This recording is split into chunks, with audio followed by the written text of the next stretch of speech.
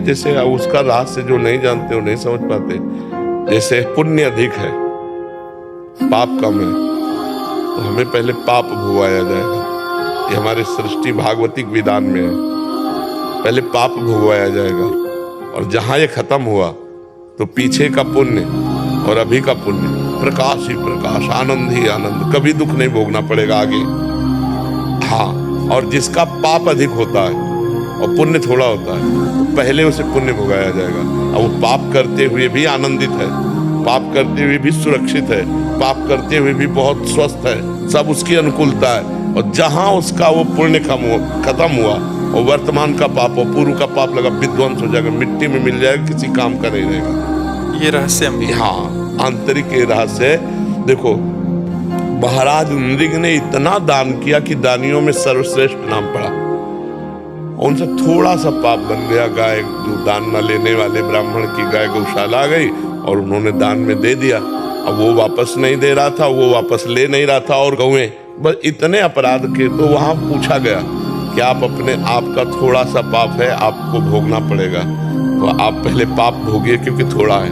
उनका जीसु तुरंत गिरगिट बन के द्वारिका में कुएं में पड़े थे, और पुण्य का महान फल कि भगवान श्री कृष्ण के हाथ से उनका उद्धार हुआ और वो अपने स्वरूप को चले गए। तो ये जो पापी लोग हैं बहुत सुखी दिखाई देते हैं, इनका पूर्व का पुण्य जो थोड़ा है उसको नष्ट किया जाता है। और जब ये नष्ट हुआ तो देख लो ऐसे परिवार हैं कि विध्वंस हो गए, देखा गया। हाँ, वो नष्ट हो जाता है। जब पाप का परिणाम आएगा तो नष्ट हो जाएगा।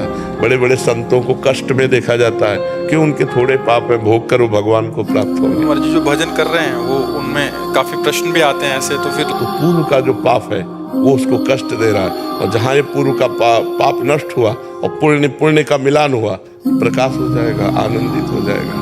इस विधान को संसारी लोग जानते नहीं, तो कहते ज्यादा धर्म कर्म करोगे तो दुख ही भोगोगे, ज्यादा भजन करोगे तो दुख भोगोगे, क्योंकि पाप करने वाले सुखी हो रहे। ऐसा नहीं, पाप करने वाले के पास तो कुछ बच ही नहीं जाता, फिर पुण्य नष्ट हो कभी तो किसी काम का नहीं रहता कि यहाँ का सब कुछ नष्ट हो जाएगा, इसके बाद नाली का कीड़ा बनेगा कि भूत बनेगा कि प्रेत बनेगा, क्या बनेगा, कोई परिणाम का पता नहीं। वो तो कष्ट ही कष्ट है आगे, बस आगे कष्ट है। इसीलिए तो शास्त्र में भरा पड़ा हुआ कि होश में हो जाओ, होश में, नहीं तो फिर भोगना ही भोगना पड़ेगा। नरक जाओ, फिर अन्य योनियों में जाओ, उसमें भी बड़ा कष्ट।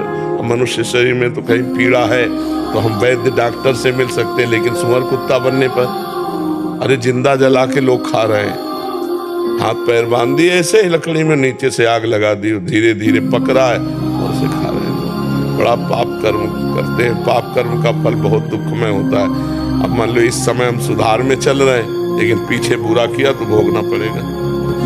तभी लोग कहते हैं अरे बताओ इतने बड़े साधु, इनको कैंसर हो गया, तो भोगना पड़ेगा ना। पूर्व में कर्म किए, अवश्य में भोक्तव्यम कृतम कर्म शुभाशुभम। इसलिए डरो, पाप कर्म मत करो, अच्छे कर्म करो, नाम जप करो, दूसरों का हित करो, इसी में मंगल हो जाएगा।